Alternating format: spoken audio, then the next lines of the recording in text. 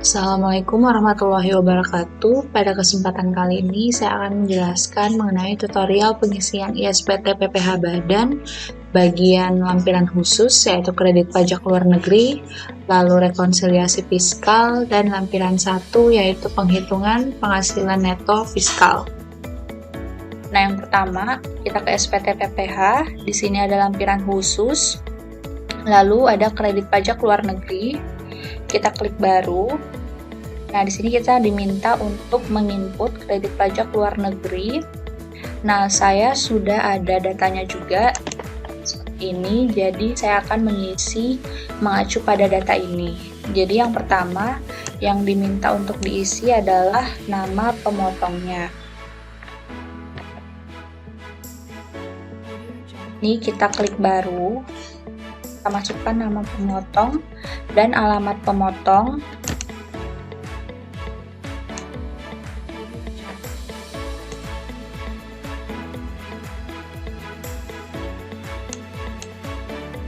Lalu kita klik simpan. Nah, setelah itu bisa kita pilih untuk jenis penghasilannya. Di sini jenis penghasilannya itu adalah dividen. Lalu untuk mata uangnya itu karena dari Thailand, kita pakai baht. Selanjutnya untuk jumlah neto valuta asingnya itu adalah sebesar 1.470.721.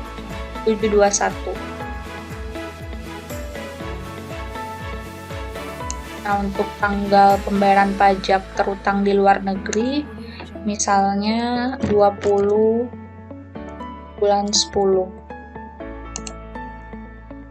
Lalu untuk kurs KMK-nya itu sebesar 441,96 per baht.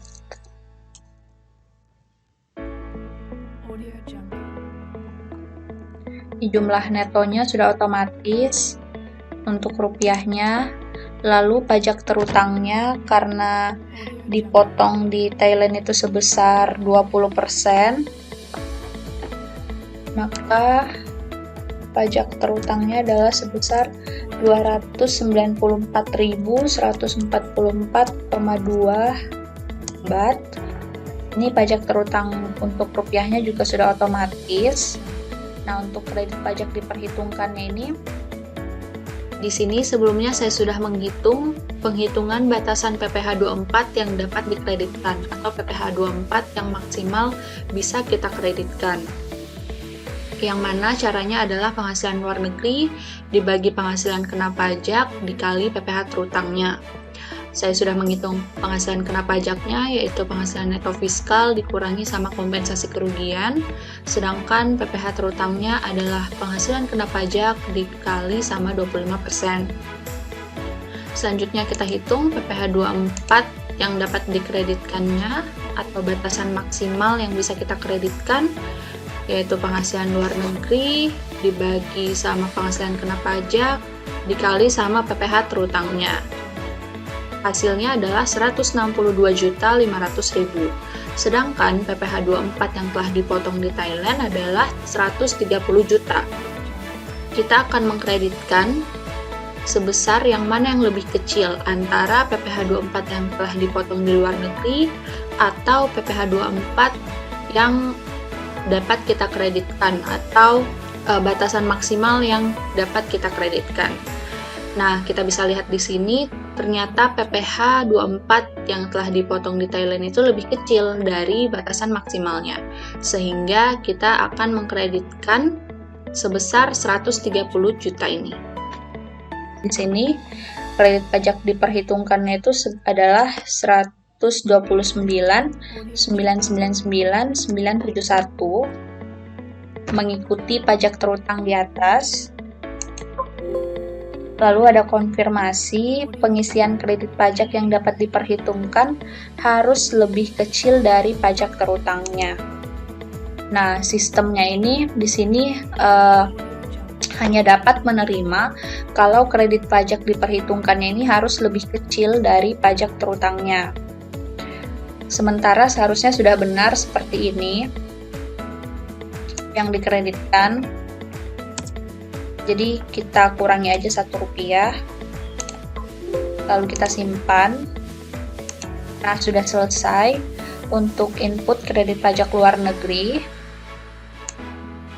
Nah, sebelum kita ke lampiran 1, yaitu penghitungan penghasilan neto fiskal, terlebih dahulu saya sudah menyiapkan rekonsiliasi fiskal seperti ini untuk memudahkan pengisian lampiran 1-nya.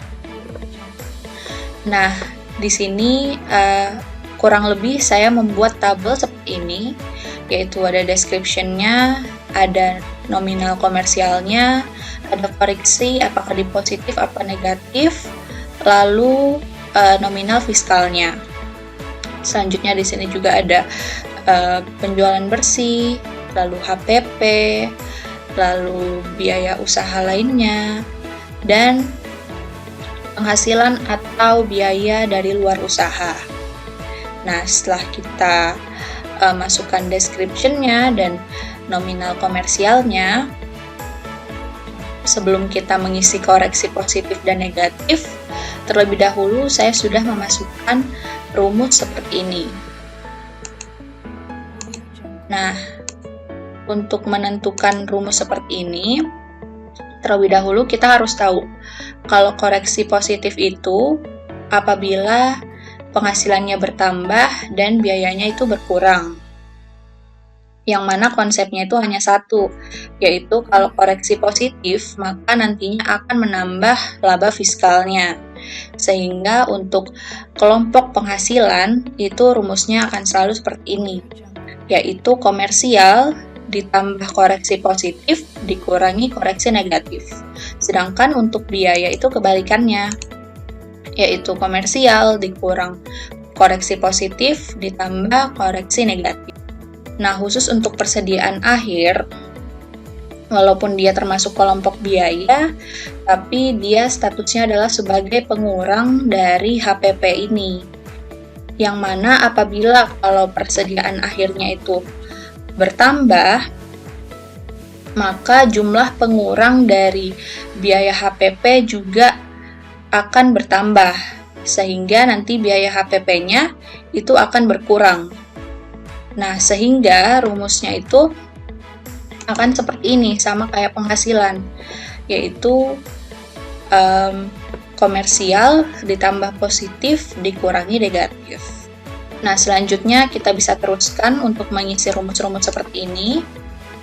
Nah, setelah itu baru kita ke koreksi positif atau negatif.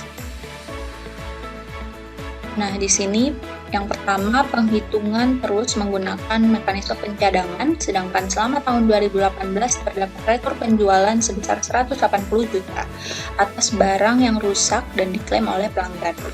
Nah, jadi ternyata yang harus kita bebankan itu hanya sebesar 180 juta, karena ternyata rekor penjualan ini memakai mekanisme pencadangan, sedangkan pencadangan itu termasuk dalam pasal 9 ayat 1 huruf C, yaitu pemupukan dana cadangan, yang mana pasal 9 itu adalah non-deductible expense. Nah, di sini kita bisa lihat retur penjualan yang terrealisasi itu 180 juta, sehingga kita hanya bisa membebankan sebesar 180 juta.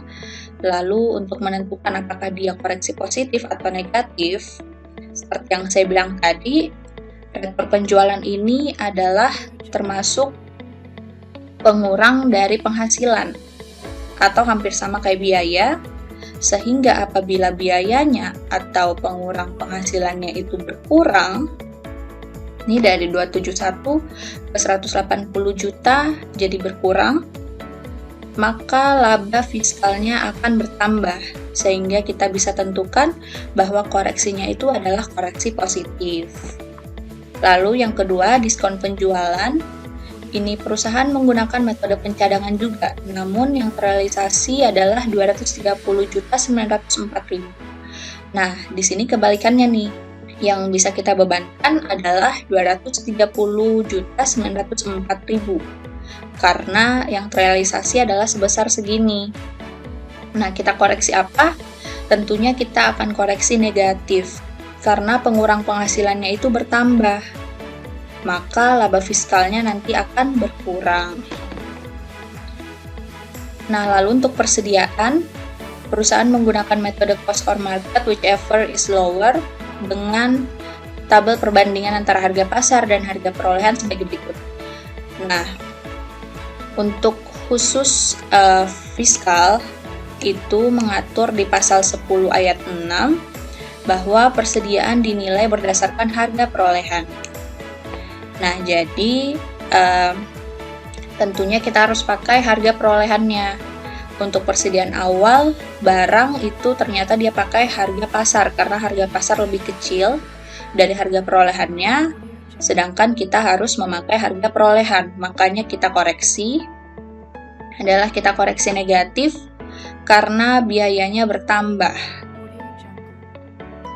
Lalu untuk persediaan akhir itu dia juga pakai harga pasar, sedangkan kita harus memakai harga perolehan. Tapi sebagaimana yang saya bilang tadi, bahwa berbeda dengan konsep biaya, untuk persediaan akhir ini apabila persediaan akhirnya bertambah, maka kita akan mengkoreksi positif. Nah, lalu selanjutnya biaya gaji dan tunjangan terdapat pengeluaran PPh pasal 21 yang ditanggung oleh perusahaan. Nah, kita harus tahu kalau PPh 21 ditanggung itu adalah non-deductible expense karena termasuk di pasal 9 ayat 1 huruf H. Makanya kita koreksi positif 29.500.000. Lalu lembur ini bisa kita bebankan, tunjangan makan siangnya ini bisa kita bebankan, lalu bonus yang dicadangkan sebesar 120 juta ini kita harus koreksi juga karena termasuk di pasal 9 ayat 1 huruf C. Nah, selanjutnya untuk biaya transport dan perjalanan dinas terdapat pembelian tiket, uang saku sebesar 161 juta untuk perjalanan keluarga pimpinan ke Lombok. Nah, ini harus kita koreksi karena tidak berhubungan dengan kegiatan usaha. Kita koreksi positif, yaitu dasar hukumnya jangan lupa kita cantumkan di sini, yaitu termasuk pasal 9 ayat 1 huruf B. Lalu untuk biaya penyusutan, nah ini sebelumnya saya sudah hitung sendiri. Saya juga sudah bikin video tutorial pengisian ISPT PPh Badan bagian biaya penyusutan. Jadi saya tidak menjelaskan lagi bagaimana caranya saya mendapatkan angka seperti ini untuk penyusutan, dan untuk amortisasinya saya hanya akan menjelaskan kenapa dia dikoreksi negatif karena ternyata penyusutan fiskalnya itu lebih besar dari penyusutan komersialnya. Begitu pula dengan biaya amortisasi.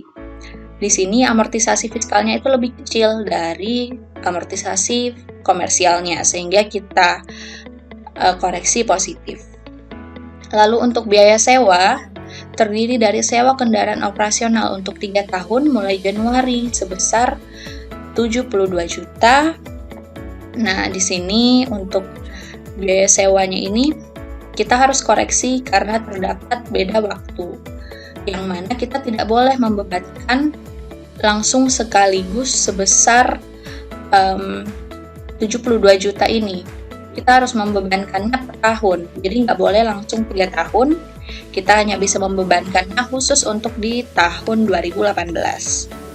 Selanjutnya, untuk sewa komputer ini bisa, dan sisanya adalah sewa mes buat karyawan. Nah, di sini juga saya koreksi, yaitu sebesar 142.500.000 karena termasuk natura, yaitu pasal 9 ayat 1 huruf P. Dan di sini sewa mesnya ini juga tidak dicantumkan apakah uang sewa mesnya ini berupa tunjangan atau enggak. Jadi saya asumsikan ini enggak berupa tunjangan sehingga harus saya koreksi, yaitu pasal 9 ayat 1 huruf E, yaitu natura. Lalu untuk biaya perawatan dan perbaikan terdiri dari biaya perbaikan kendaraan, sedan, kantor sebesar 3 juta per bulan. Nah, di sini untuk sedan itu kita bisa lihat peraturannya di KEP 220 PJ 2002, yaitu di sana menjelaskan pembebanan untuk biaya perawatan atau perolehan sedan kantor itu kita hanya bisa membebankannya sebesar 50% saja. Jadi kita koreksi sebesar 50%-nya. Selanjutnya biaya kebersihan itu bisa, dan sisanya adalah biaya pemeliharaan mes dari rumah pimpinan, itu juga kita koreksi karena tidak berhubungan langsung dengan kegiatan usaha. Atau bisa kita anggap juga bahwa itu adalah natura. Nah, selanjutnya untuk biaya iklan dan promosi yang dibuatkan daftar nominatif hanya sebesar 290 juta. Sedangkan yang dibebankan di sini adalah 300 juta, sehingga kita harus koreksi 10 juta, yang mana dasar hukumnya itu adalah PMK 02 2010. Di sana menjelaskan bahwa apabila tidak ada daftar nominatif, maka tidak bisa kita bebankan. Selanjutnya untuk biaya pajak dan retribusi, di dalamnya terdapat pengeluaran untuk PBB MES, tentunya kita harus koreksi. Lalu PBB pabrik dan kantor bisa, SKPKB PPH harus kita koreksi karena berupa PPH, dan lagi adalah SKPKB yang mana di dalamnya akan ada sanksi administrasi perpajakan yang tidak boleh kita bebankan. Lalu STP denda PPH juga harus kita koreksi semuanya karena berupa PPH. Nah, di sini saya sudah cantumkan juga dasar hukumnya, PPH, sanksi, dan natura. Karena ada PBB MES tadi, jadi kita masukkan ke natura. Lalu untuk biaya listrik, air, dan telepon, terdapat biaya telekomunikasi pasca bayar direksi sebesar 18.252.000 untuk direksi. Nah, kita bisa lihat di sini juga ada CAP 220 PJ 2002, yaitu pulsa telepon. Di sana menjelaskan bahwa untuk pulsa telepon itu dibebankan 50%. Nah, untuk lengkapnya kalian bisa cek sendiri peraturannya mengatur seperti apa. Di sini saya hanya menjelaskan sekilas saja. Lalu telepon kantor bisa kita bebankan, dan sisanya tidak terdapat bukti pembayaran, yang mana harus kita koreksi karena tidak ada buktinya. Lalu selanjutnya kita ke biaya lainnya, termasuk pengeluaran untuk sumbangan untuk kebakaran di Tambora itu 25 juta juga kita harus koreksi, termasuk pasal 9 ayat 1 huruf G, dan penelitian dan pengembangan riset di Aceh itu bisa karena ada di pasal 6, yaitu deductible expense, serta pengeluaran lain yang tidak terdapat bukti pendukung sebesar 22 juta, yang mana kita juga harus koreksi. Nah, sehingga dapat jumlah biaya usaha lainnya, dan laba netonya adalah yaitu laba bruto usaha dikurangi sama jumlah biaya usaha lainnya, dapat laba neto usaha. Selanjutnya kita masuk ke penghasilan dari luar usaha.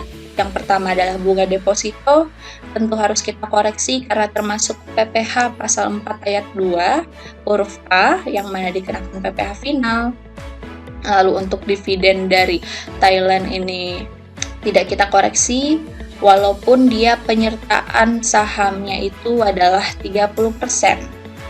Namun di sini dia itu menyertakan saham di luar negeri. Nah, jadi tidak memenuhi syarat apabila kita katakan bahwa dividen dari Thailand ini adalah bukan objek pajak, karena di pasal 4 ayat 3 itu menyatakan bahwa apabila penyertaan saham minimal 25% dikecualikan dari objek pajak, namun harus penyertaan sahamnya itu di dalam negeri.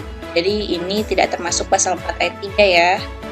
Lalu laba selisih kurs ini bisa kita bebankan karena ada di pasal 6. Selanjutnya biaya dari luar usaha itu biaya bunga pinjaman. Nah, di sini kita bisa lihat biaya bunga pinjamannya. Biaya bunga pinjaman sebesar 2.550 juta, di mana terdapat informasi bahwa rata-rata pinjaman per bulan selama tahun 2018 sebesar 28.450 juta, serta rata-rata dana per bulan yang ditempatkan dalam deposito sebesar 3.125 juta. Nah, kita bisa lihat di sini ternyata ada deposito. Nah, biaya yang dikeluarkan untuk penghasilan yang dikerahkan PPh final itu tidak boleh kita bebankan atau harus kita koreksi. Nah, cara mengkoreksinya itu di sini saya mengacu pada SM 46/1995 yang mana adalah jumlah rata-rata dana per bulan yang ditempatkan dalam deposito itu kita bagi sama rata-rata pinjaman per bulan selain yang dikenakan PPh final, lalu dikalikan sama jumlah biaya bunga pinjamannya, sehingga yang kita koreksi adalah sebesar 280.096.661. Nah, lalu kita jumlahkan, ternyata itu minus 369.903.339 dan sehingga dapat laba neto fiskalnya, yaitu laba neto usaha dikurang sama jumlah penghasilan atau biaya dari luar usaha. Sebesar 8.415.643.725 rupiah. Nah, selanjutnya kita bisa buka lampiran 1 penghitungan penghasilan neto fiskal. Nah, di sini datanya tuh udah ada yang otomatis terisi, yaitu harga pokok penjualan, biaya usaha lainnya, lalu biaya dari luar usaha. Nah, ini tuh hasil dari kita mengisi lampiran 2. Sedangkan untuk penghasilan neto komersial luar negeri, nah ini juga udah otomatis terisi karena kita tadi udah ngisi lampiran khusus bagian kredit pajak luar negeri. Nah, perlu kita ketahui bahwa untuk penghasilan neto komersial luar negerinya ini nggak bisa kita input manual di lampiran 1 ini. Jadi, kita harus mengisi dulu lampiran khusus bagian kredit pajak luar negeri, baru nanti akan otomatis terisi di sini. Nah, untuk halaman selanjutnya, ini ada penyesuaian fiskal positif.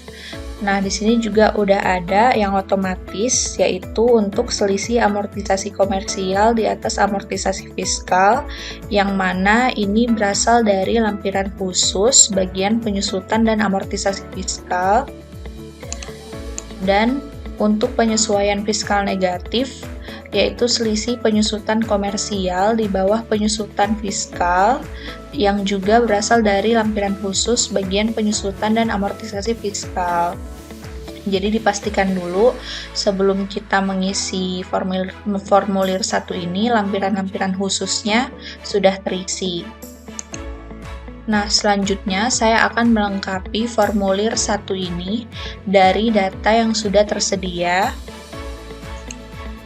Jadi kita isi dulu untuk peredaran brutonya, yaitu peredaran bruto komersial sebesar 46.617.989.000.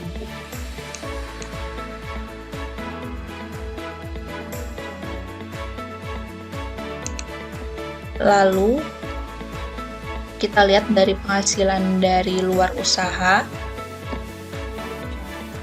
Ini ada bunga deposito dan laba selisih kurs. Kalau dijumlahkan adalah 1.370.000.000.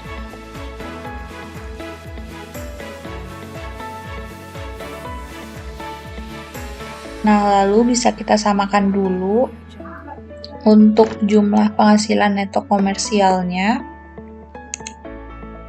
yaitu sebesar 8.066.739.000. Ya, di sini sudah sama, hanya beda sedikit. Bisa kita hiraukan. Nah, selanjutnya untuk penghasilan yang dikenakan PPh final dan yang tidak termasuk objek pajak, tadi terdapat bunga deposito yang mana termasuk PPh final sebesar 120 juta. Nah, lalu untuk penyesuaian fiskal positif dan penyesuaian fiskal negatif, di rekonsiliasi fiskalnya itu sudah saya beri kode juga, yaitu ada 5B, 6D, Nah, ini tuh maksudnya angka yang dikoreksi yaitu sebesar 91 juta akan kita masukkan di koreksi positif bagian 5B, yaitu di pembentukan atau pemupukan dana cadangan. Dan begitu pula selanjutnya 6D, 5L, itu kita tinggal sesuaikan saja. Nah, di sini saya sudah membuat tabelnya juga yang akan kita gunakan untuk menjumlahkan kode-kode yang sudah kita buat di atas ini, biar nanti bisa lebih mudah dalam memasukkan angkanya ke ISPT. Nah, untuk koreksi negatif dulu, ini kita pakai rumus sum if. Nah, untuk range-nya ini kita blok kodenya. Lalu kita absolutkan. Setelah itu untuk kriterianya itu 4. Lalu kita kunci bagian kolomnya. Lalu sum range-nya ini adalah nilai koreksi negatifnya. Kita absolutkan. Nah, sudah dapat 120 juta. Lalu untuk koreksi positif juga sama, kita pakai rumus sum if. Kita blok lagi kodenya. Ini kita absolutkan. Lalu kriterianya dan sum range-nya ini adalah kolom koreksi positifnya. Blok, kita absolutkan. Nah, lalu kita tinggal tarik ke bawah untuk koreksi positif dan koreksi negatifnya juga sama. Nah, setelah itu bisa kita langsung masukkan saja. Untuk yang 5A dulu,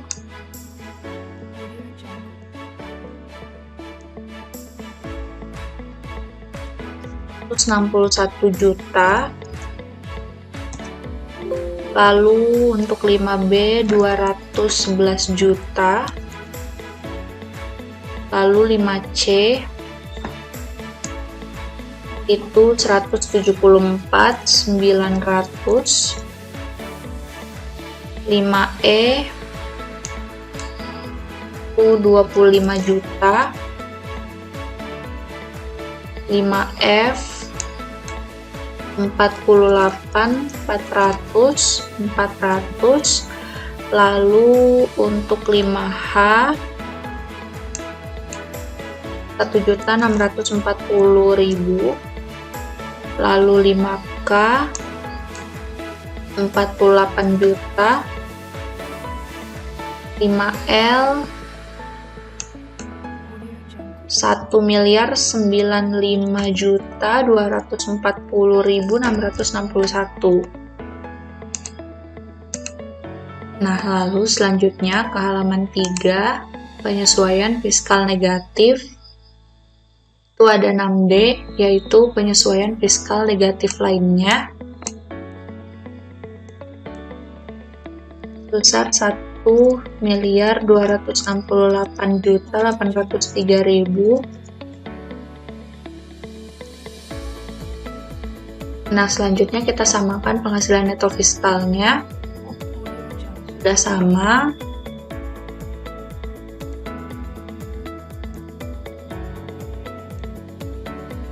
Nah, di sini untuk fasilitas penanaman modal berupa pengurangan penghasilan neto adalah fasilitas penanaman modal di bidang tertentu sebagaimana dimaksud di pasal 31A. Nah, kebetulan PT MNF ini tidak mempunyai penanaman modal di bidang usaha tertentu, sehingga kita nggak bisa menggunakan fasilitas pengurangan penghasilan neto. Nah, kalau misalnya ada, itu terlebih dahulu kita harus mengisi lampiran khusus, yaitu daftar fasilitas penanaman modal sehingga nanti bisa langsung otomatis terisi di sini. Pengurangan penghasilan netonya itu maksimal 30% dari jumlah penanaman modal yang dilakukan. Nah, sekian video tutorial pengisian ISPT PPh Badan bagian input kredit pajak luar negeri, lalu rekonsiliasi fiskal, dan lampiran 1 yaitu penghitungan penghasilan neto fiskal. Semoga membantu, sampai jumpa lagi di video selanjutnya.